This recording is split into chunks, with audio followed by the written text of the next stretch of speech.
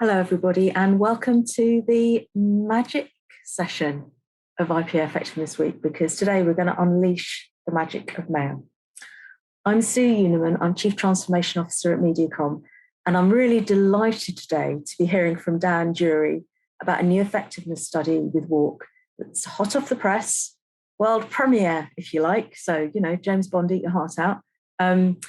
Which is all about the magic of mail. And then Dan and I are going to discuss the findings and talk generally about life, the universe, and everything, I think. Please do post any questions that you have in the Q&A section on Zoom, and also we will be sending out more materials later on. So let me introduce Dan. Dan is Senior Planner in the Media and Comms team at Marketreach, which is part of Royal Mail Group. And it is the marketing authority on commercial mail. So Dan provides strategic and comms planning support to leading international and national brands to help them maximise the effectiveness of their investment in direct mail and door drops.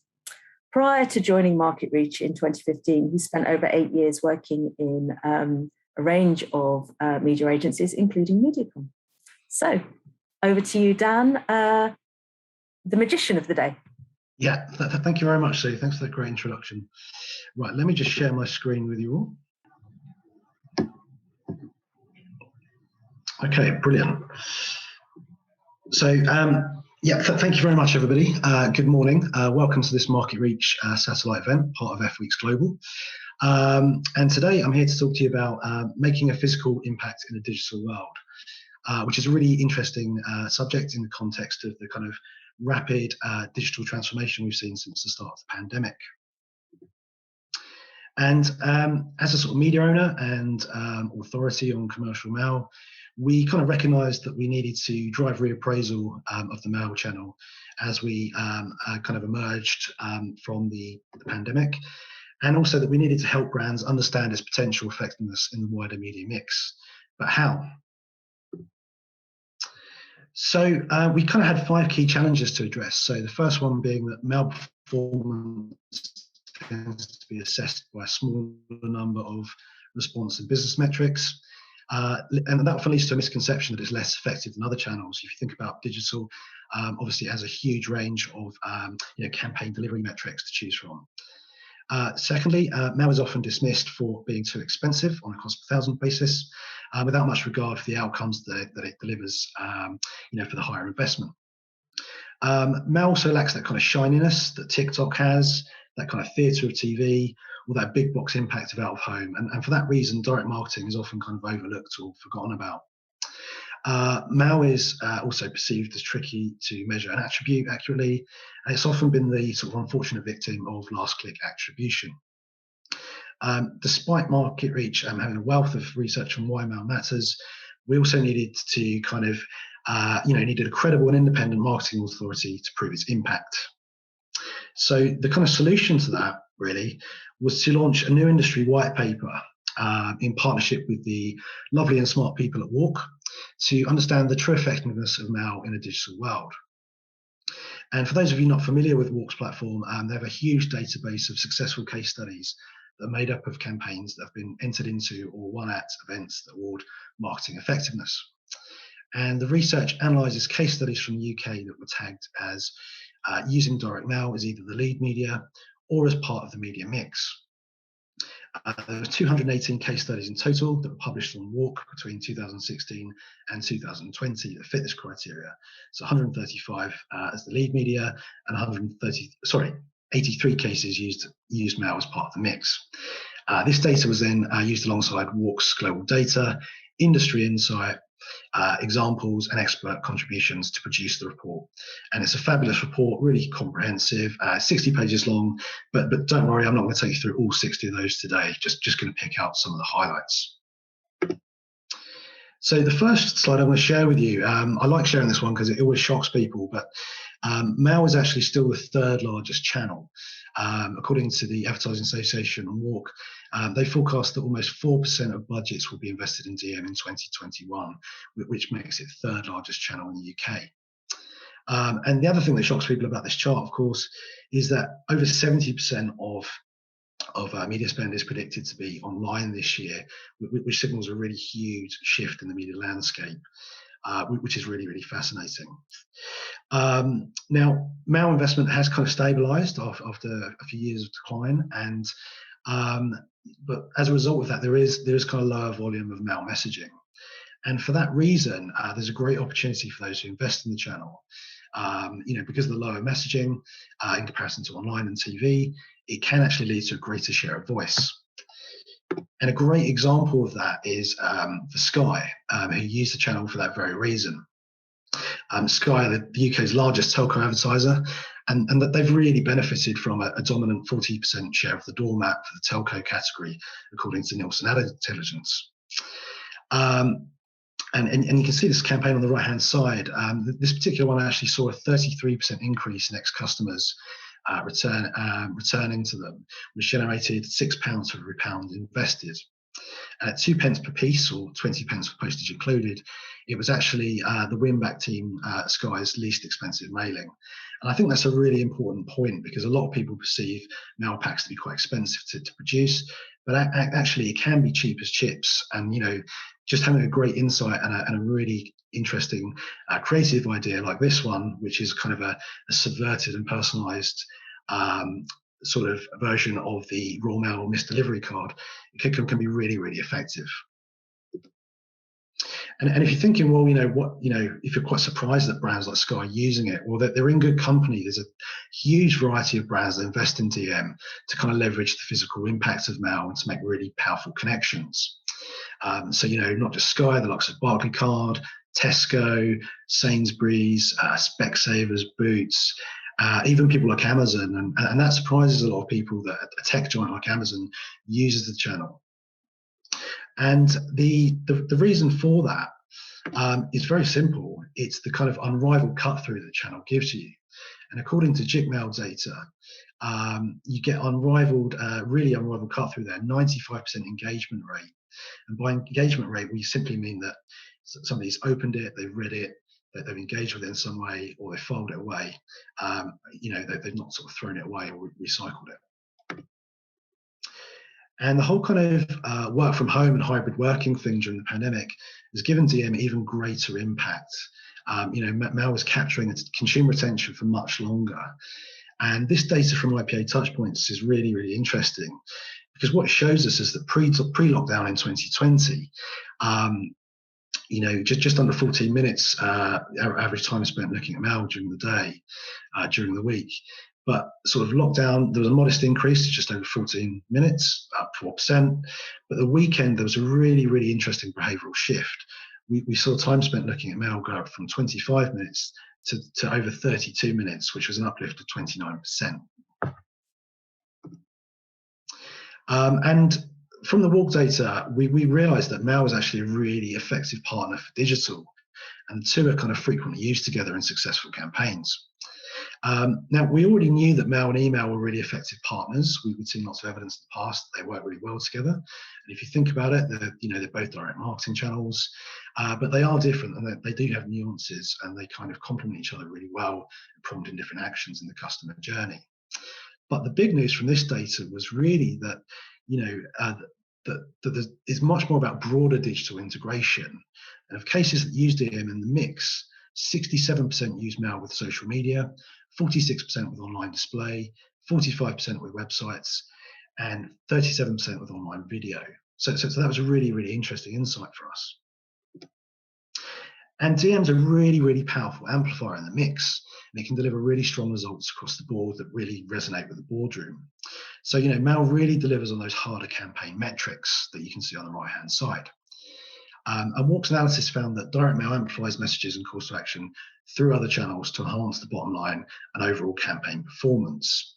And as you can see there on the right-hand side, those kind of blue lines sort of exceeding the red lines and outperforming, all UK campaigns.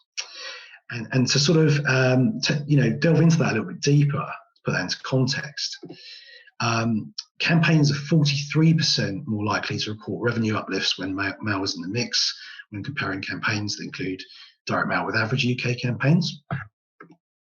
Campaigns are 75% more likely to report profit uplifts when mail is in the mix. Campaigns are 64% more likely to report market share uplifts, and campaigns are 52% more likely to report ROI benefits when mail is in the mix. So really compelling evidence there that not only does direct mail work, it works really hard in integrated campaigns. And it's important to remember as well that it's not just a performance channel. We get asked a lot whether mail supports performance or brand objectives. And in truth, this data really shows that it does both. It boosts softer brand metrics too, supporting long and short objectives. And the great thing about mail is the attention it generates builds that brand awareness. And there's a real kind of inherent advantage in direct mail landing on the doormat. It doesn't get lost in the social feed or in an inbox. And DM is always delivered to the same place and taps into the recipient's daily routine. Hence the reason you get those really high engagement rates. And this attention and predictability captured by the physical nature of mail is really good for driving brand awareness and brand equity, along with other metrics as well there, like web traffic and social media buzz, as well as actual consumer participation, which is really interesting in the context of social media and UGC. And another really kind of interesting insight from the report is that younger audiences welcome mail. Digital natives respond really enthusiastically to physical brand experiences. And it kind of revealed this trend of kind of the rise of phygital. 88% of Gen Z consumers prefer brand experiences that combine physical and digital. And, a pandemic trend that we've seen is kind of the resurgence of QR codes, which has been a really interesting opportunity for brands to connect the physical and digital worlds. Another really interesting point about young audiences is that they really trust mail, and 45% of 15 to 24-year-olds are more likely to trust mail than any other age group.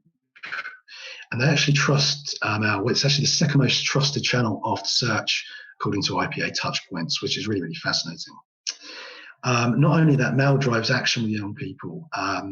So 42% of 15 to 44-year-olds actually searched for more info online after receiving mail in the last 12 months. So, it's really powerful at connecting people with the online journey. And I think it's fair to say as well, there's a really kind of huge creative opportunity here. And brands can really maximize their first-party data with smart segmentation to deliver these highly personalized experiences in a privacy-first world. And this example on the right-hand side is a really good one from Titan Travel, which is featured in the report. And they actually managed to generate a 37 to 1 return on investment with personalized travel brochures, which represented a 533% uplift compared to non-personalized versions. They also achieved a notable uplift in brand awareness through social sharing. And I highly recommend going to look at that case study. It's a really interesting one. They really took personalization to another level, and it works really well with their PPC activity and their social media. So mail remains, a really measurable channel. It's finding new ways to avoid the pitfalls of last click attribution, and the direct marketing industry has risen to the effectiveness challenge and invested in measurement.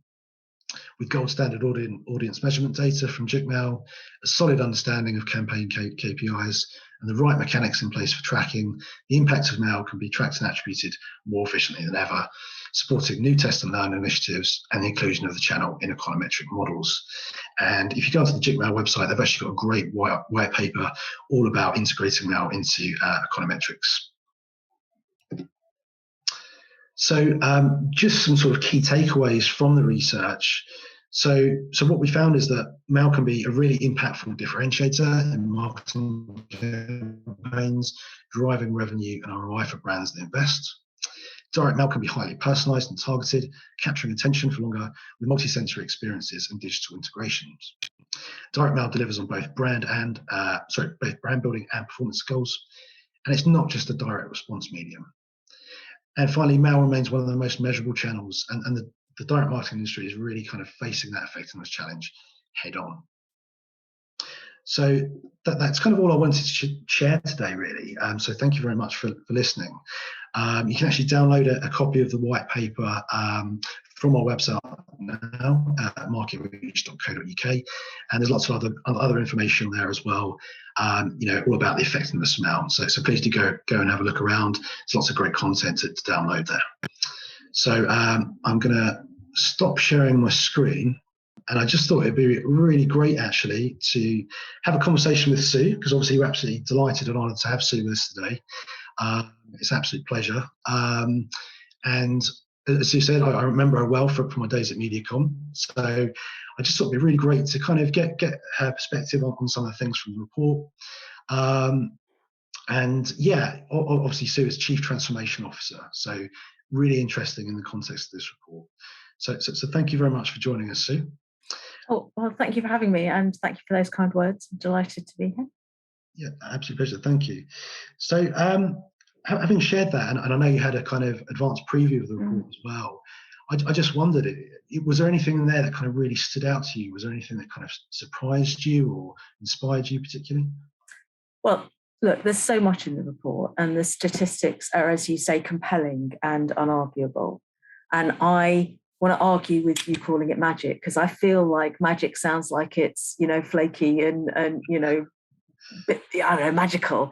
Whereas actually what this is a great, solid resource that is latent, that it's open to everybody to enhance their campaigns, and which, as you and I know, so many people are kind of just not thinking of and ignoring, because in their rush to get a TikTok influencer to endorse a product instead. I think the statistics are very compelling. I suppose one of the things that stood out for me, and if you like, is it a surprise? Yes, it's a surprise, but it makes so much instinctive common sense. It's like both counterintuitive and intuitive at the same time. Yeah. Is the findings that you have about the under 25s, about Gen Z, the sense that, bombarded as they are. I remember back in the days, probably when we worked together, there was some statistic that said that the average person saw 3,000 messages a day. Yeah. But I don't know if anyone's counted what that is now, but it's probably about 300,000 messages a day by the time you're scrolling through all the social feeds. Yeah. Something solid to arrive through your, letterbox that's, maybe addressed to you or maybe eye-catching. It makes sense that that's now the way to zig when everyone else is, the way to tick when everyone else is talking. Yes. Yeah, exactly. So I found that a really useful bit of information, and I'm sure I'm going to be rolling out in meetings. Fantastic. That's great to hear. And on a sort of personal level, I mean, has your perception of DM changed during the pandemic? Has your level of interaction changed at all? It's difficult to say that on a kind of, to be absolutely honest. I mean, the fact is that we've all been at home more of the time. Yeah. And certainly there have been times when the only people that I've had much social interaction with have been the postman, who now I'm on first name terms with, which is really nice, actually. He goes, when he has to knock, he goes, "Hey, Sue," which is really nice. And, he was one of the friendly faces. And of course, inevitably, Amazon deliveries, I am not ashamed to say. I think, but I'm going to be brutally honest, and I'm going to say, no, I would say that my interaction with average to below averagely executed DM has remained the same, which is that it goes straight in the recycling. Yep. And my interaction with brilliant, awesome, standout direct mail has in a sense remained the same, which is that I open it, I'm grateful, I interact with it. So for me personally, and I don't know about you, it's like so much of this, done well, it excels, done mediocrely, who cares? Yeah, exactly. I guess it's like any channel, really. If the execution is poor, it doesn't resonate. But when it's done well, it can be really, really powerful. And I just wondered, actually, as a kind of, I know you've been an effectiveness judge over the years, and you've been exposed to some really great campaigns across lots of channels. Can you think of a direct mail example that kind of really worked with you, kind of really resonated, and it made you, either elicited an emotional response or it made you take a commercial action? So I would definitely draw people to the case studies that are in your report, because some of them were, because you say I've I've been deputy convener and then convening and then judging before that. I feel like I've read an awful lot of IPA papers over the years. Yes. And by the way, each round of IPA papers is about the length of Lord of the Rings, because I've done word counts. So it's a big old task. And the case studies that you pull out are very compelling. But as some people might know, if they've read a previous report, there was a particular one that really resonated with me personally, which was that I got a piece of direct mail from the Open Air Theatre in Regent's Park once, which was apparently a letter opened up with, "Dear Sue, I've really missed you. It feels like there's been something going wrong and I'm not sure what it is." It was from Dame Judy Dench, who was, therefore writing to me personally. And of course, the payoff was, you booked tickets last year, but you haven't booked tickets this year. Yeah. And I just, did I know what was going on as a professional? Did I even know what was going on as a, savvy kind of consumer? Yes. But it was done so charmingly, and it did get me to book tickets. I was thinking the other day, and I don't know if there's anyone from the Open Air Theatre's mailing list controller out there watching this. That's the only time they ever wrote to me. Yeah. And so it was actually a piece of direct mail that was done so well and so charmingly that it kind of enhanced my day. And it did work. And I'm like, Judy, why you haven't called, you haven't written, what's going on? Yeah, I love that. It's kind of like offline influencer marketing almost. Yeah, it was basically. Yeah, that's really cool. And I just want to mention as well, I mean, obviously you just released a new book, Belonging, which kind of focuses on diversity and inclusion. And, I know that's a subject you're really passionate about. I just wanted to sort of look at that in the context of media and comms planning. And I just wonder what your perspective was on, do you think there could be more diversity and inclusion in media planning at all? Look, yes, the answer is yes, and in two ways. Yeah. So one of the things that we rolled out at MediaCom, pioneered at MediaCom, my colleagues Claire McAlpine and John Beardsworth, is an inclusive planning process, which we're very proud of, which actually looks at segmenting the potential consumers or potential target audience for advertisers in an entirely new way. So away from those somewhat irritating, I've never liked them very much, kind of cluster things of like Savvy Sarah or, I don't know, apathetic Adrian or whatever, but into how people self-identify in terms of ethnic minorities, in terms of whether they have disabilities or not, and look and see whether the category outperforms the brand in that respect, or whether there's headroom for looking at how you shape your communications better to reach untapped audiences. And we found it's very powerful. It's also super, super important to be inclusive in the process of it. Yeah. So you can't go, well, we're underrepresented for Muslim audiences, but you know what, we did put somebody who was Muslim in the ad and that was fine. It's kind of, that's not fine. You need advisors, you need to get experts involved, and it's not okay for a bunch of people who aren't of that demographic to sit around in a room and go, but we think we did a very good job, and we asked some people in the office and they thought it was fine. It has to be taken very seriously, done sensitively and very thoroughly. Yeah. But what we also know is that we can improve the climate of media planning and buying and marketing and comms in terms of the lived experience of people who work with us and for us, that there's a way to go in terms of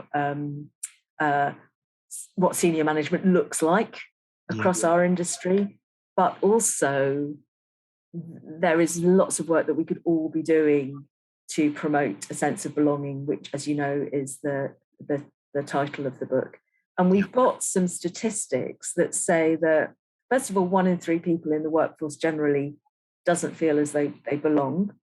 Well, that's 11 million people. That's a lot of people. It means if you and I are in a meeting with someone else and we both feel like we belong, that third person doesn't. But also, 1 in 3 people have actually experienced bias, harassment, or inappropriate behavior at work.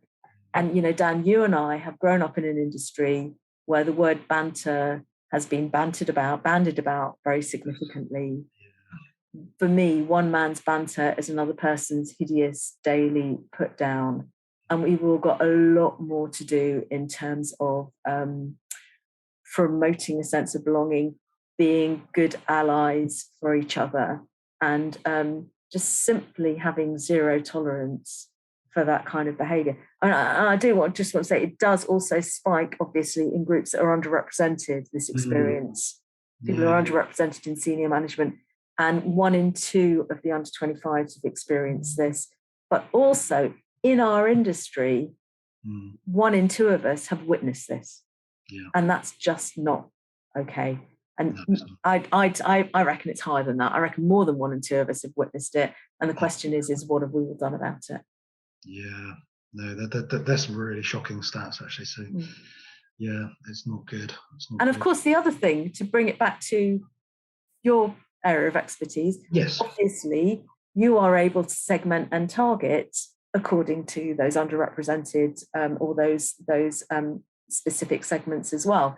Absolutely. And I think probably that would be a very interesting way of doing it, rather than what's the demographic of Savvy Sarah or Apathetic Adrian.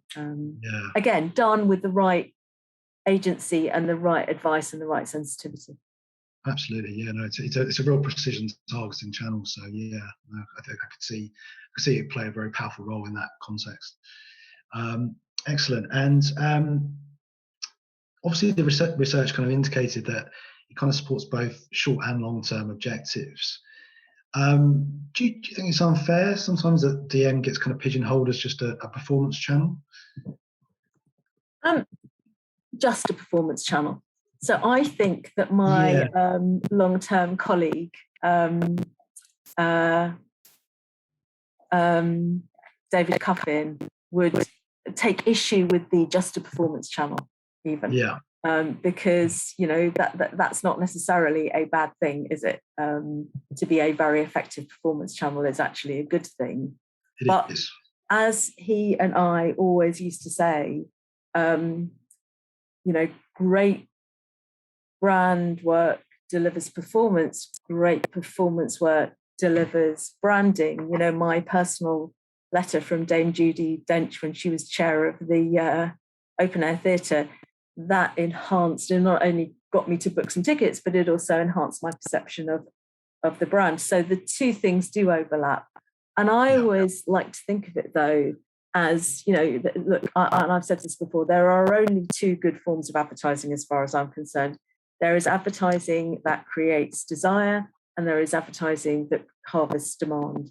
And the point is to do them well and to be specific about what they're intending to do.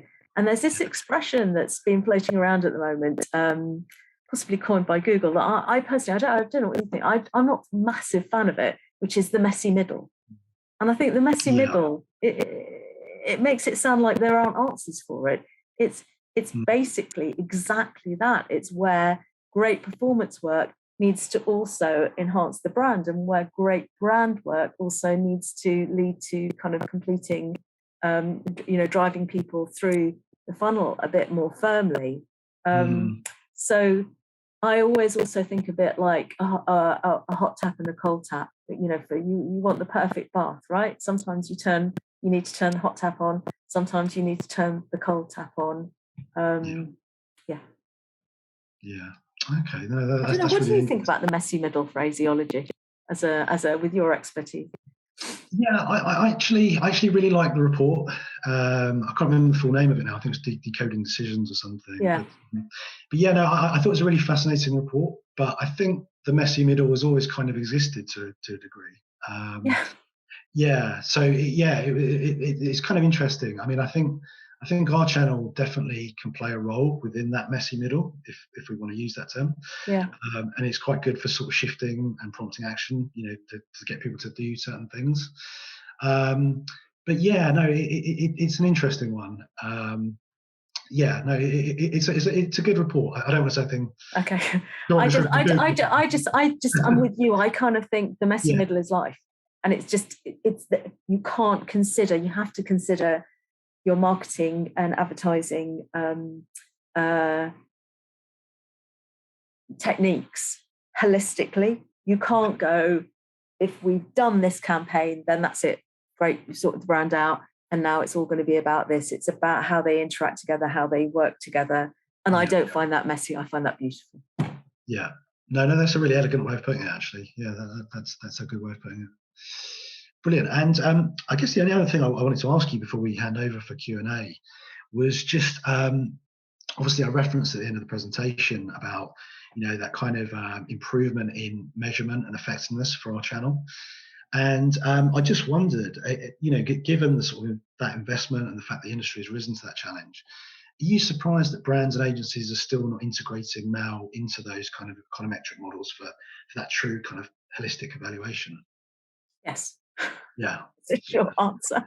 Because it's highly measurable. Yeah. It's entirely appropriate to actually diagnose which levers are working better than others. I mean, the other thing, obviously, that econometrics is able to uncover is the quality of the execution of the strategy as well. So it can spot where, the role of direct mail on driving an overall piece of performance for overall outcome for a brand. But it's also, both in the short term, medium term, and long term, but it's also perfectly capable of diagnosing where the creative execution is too weak and hasn't delivered where it should have done. Yeah. And of course, also taking into account all of the other things that econometrics does so brilliantly, which is, the weather, the retail price index, and at MediaCom, we're firm believers in accountability, in effectiveness, in looking at econometric modelling, but also all other forms of kind of statistical analysis to actually get to outcomes rather than just output. So, as a now a very experienced awards judge across the piece, you can now tell very quickly when somebody hasn't actually got a business output for a brand because they've spent lots and lots of time telling you what the actual media metrics are. Yeah. And any brand that's not looking at that, then I think they should be asking their agency a serious question about why not, because great econometric analysis should be embedded into thinking and strategic planning and, what are the next steps? And of course, it's not the answer to everything, because if it's something new, you can't prove that it's worked before you actually try it and try it well. But it's definitely a tool that we would apply, wherever we can across our client base and have been doing now for, 25 years, I think. So we're certainly, we would regard that as a absolute sign of, a brand that had a real maturity framework in terms of analysis. Yeah. No, I remember MediaCom very much being a leader in that space. So, and I work hand in hand with our brilliant econometricians. Shout out for Jane Christian, who's head of systems in intelligence and econometrics at MediaCom, and again, if to be absolutely honest, again, if the econometrics isn't answering those sorts of questions for you, then the econometrics isn't being done in the right way. So all about, it can only answer the questions that you ask well. But Should I throw some questions at you that have come from the audience? Yeah, why not? Yeah, absolutely. Okay, so here's a question from Ian. Right, great to see that Mail is still the number 3 media channel in terms of spend. Another piece of insight to come from F Week has been the ARC database finding that optimum offline versus online split is 55% offline versus 45% online. This WARC data suggests that only 30% of the budget is being spent offline. Presumably, that means that there's a huge opportunity for Mail to plug this 25% gap. Yeah, no, absolutely. Yeah, I saw that chart. I think it was Dr. Grace Kite, wasn't it, that shared that?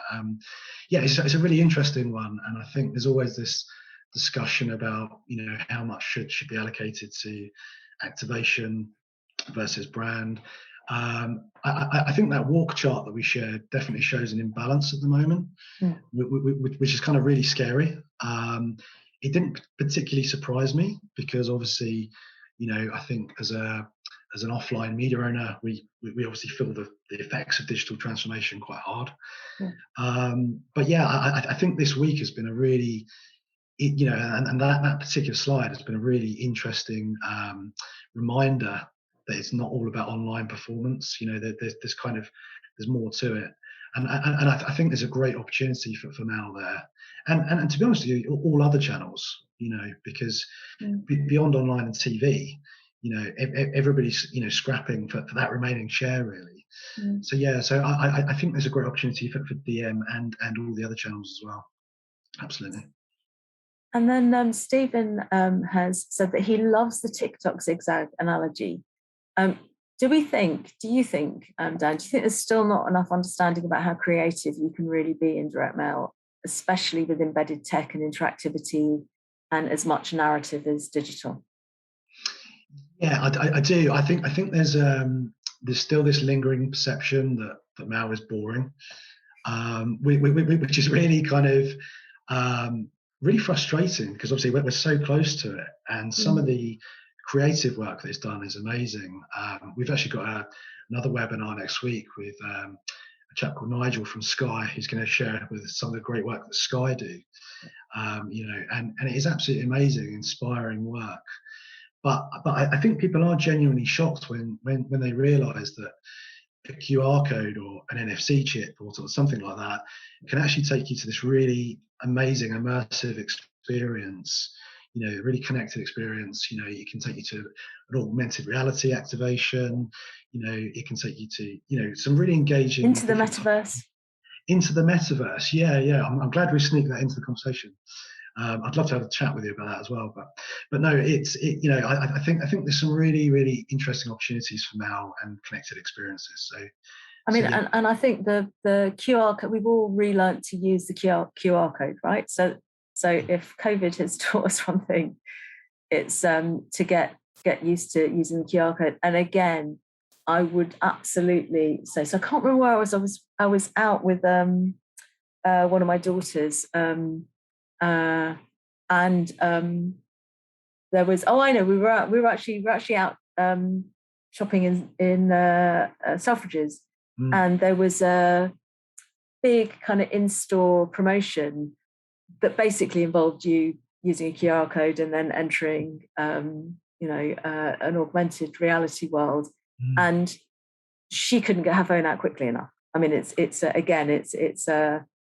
nobody, the direct mail can bring you a digital world, at the touch of a few, yeah. Yeah, I think that's really fascinating how they're just second nature to those younger audiences. I mean, I was at Waterloo the other day, and Snapchat had a huge out-of-home ad, with a massive QR code, probably the biggest QR code I've ever seen. But, it was. What about size, Dan? Yeah, exactly. But yeah, I mean, that they are everywhere, and I think it's such a great opportunity to connect the physical and digital worlds. And we have another question from Sharanya. I hope I pronounced your name properly. Great presentation, thank you. Have you also seen evidence of increased reach in government or public sector messaging using DM channels, where it might otherwise be difficult to get important information into the community? It's a good question. Yeah, it's a really interesting question. Yeah, I mean, I think government is a big category for us. It is a big sector. We obviously saw some amazing results through JICMail last year, but particularly for the Boris letter when he was telling us all to stay at home. The results on that were unbelievable. And yeah, we are getting growing evidence to suggest it's really, really powerful. Because I think like a lot of sectors, people are kind of looking at digital transformation as an opportunity to cut costs, but actually, I think for those really important messages that you need to land, for either from a government or a local authority, mail is still really important, and certainly all the research I've seen suggests that it's really, really impactful.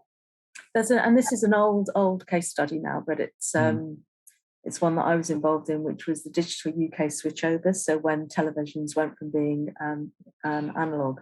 Yeah, I worked on that briefly, actually. See, yeah. And we ran it region by region, and everything was evidence based. You might remember. So we would do a region, then we'd do econometric analysis, then we'd work out what worked, and then tweak it for the next region. Yeah. And that was again a campaign which was about inclusion. So most campaigns may well be satisfied with reaching, I don't know, 70% of potential buyers. But with those government campaigns and with the digital UK switchover, we had to reach everybody, because we used to have in our heads that the next region we went to, all it would take would be one person to be the gran of someone who worked on the Daily Mail, and for their gran to go without television suddenly, and that would be it, and we'd be all over the front pages. And Digital UK, I think, won awards for being one of the most effective government campaigns, or it was co-funded by the BBC and TV stations. Most effective campaigns ever, and the leaflet drop was a massive part of that. It was kind of like, you tell people, and you give people a piece of paper that they can stick on their fridge or they can keep on their toast rack. I still use a toast rack for my mail, and refer back to. And it was over and over again proved as being massively effective. And of course, in terms of languages, because there's an awful lot of people in London who do not speak English as their first language, and huge communities where they don't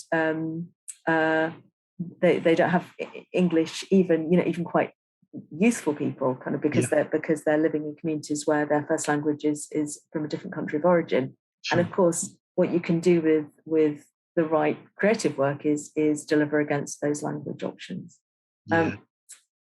We've got one more question from Matt's. Okay. Do you have any research findings that look at the effects of mail drops to all households in an area without a named receiver versus addressed mail? Which is a really good question, I think.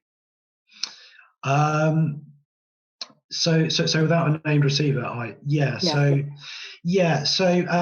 we kind of actually have a product especially for this called partially addressed mail.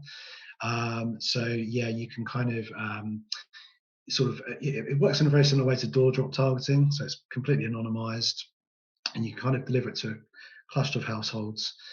You can have it say. I get dear householder. Is it that sort of thing? Yeah, it's like dear householder, or kind of dear sports lover, or Okay, so you can make it interest related. Yeah. Interest related. Yeah, exactly that.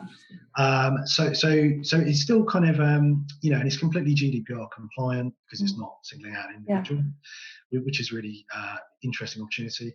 But yeah, we are starting to do more and more campaigns using that. I think there's something about I've never been sent anything in that respect that actually calls attention to the locality which I live in, which I know is important to get right rather than get wrong, because I live I live somewhere that I live in an area of North London that's nearly a lot of other areas, and if it comes through with the wrong area, then I'd be like, no, this is not for me. But I also think it's underused in terms of the specific area, because that draws your attention as well, doesn't it? I don't think I've ever had anything that's specific to my local area. I think that regional personalisation has been lost a little bit, actually. Yeah.